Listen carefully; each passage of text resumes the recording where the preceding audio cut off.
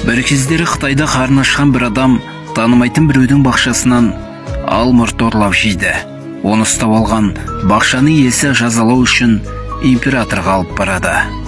Императордың алдына келген ұры: жоғарғы мәртебелім, аш едім. Аштыққа шыдамай алмұрт ұрлап жеуге мәжбүр болдым. Кешірім сұраймын. Егер мені кешірсеңіз, сізге баға жетпес сыйлық жасайын. Император мырс күліп: сендей бейшара адамда қандай баға жетпес сыйлық болуы мүмкін дейді.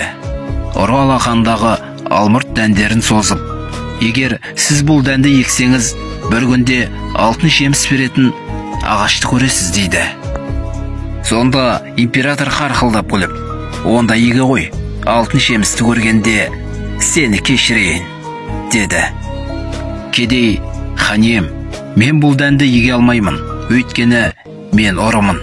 Бұл дәнді өмірінде ұрлық жасамаған, басқаларға әділетсіздік қиянат жасамаған адам ғана еге алады. Бұл дән сол кезде ғана өзінің құдіретін көрсетпек. Ал егер лайықсыз адам егетін болса, уланып, қиналып өледі. Ханием, бұл дәнді тек сіз ғана отырғыза аласыз, дейді. Император шошып кетеді. Сақалын сипаған күйі біраз ойланып отырады да: мен императормын, бағбан емеспін. Бұл тұқымды бас уәзірге беріңіз, сол ексін, алтын жемісін көрейік, дейді. Кедей тұқымды бас уәзірге бергенде ол да қашқалақтап: менің бұл жұмысқа икемім жоқ. Тақсыр, мен сиқырлы дәнді зая қылам ғой. Бұл дәнді қазынашы ексе дұрыс болады деп ойлайып. Сол-ақ екен, қазынашы да бірден сылтау тауып, бұл тапсырманы басқа біреуге тапсырады. Император сарайындағылардың барлығы қай-қайдағы сылтауларды айтып, бұл істен қашқақтайды. Мұны көрген император үнсіз біраз уақыт ойланады.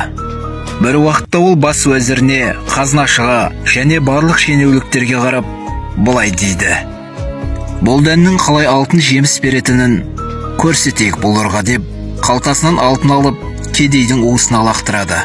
Шенділердің бәрі үнсіз қалталарынан алтындарын алып кедейге береді. Бұдан кейін патша кедейге қарап: ал енді жөніңе кет, бүгінгі бұл сабақ бәрімізге жеткілікті, дейді.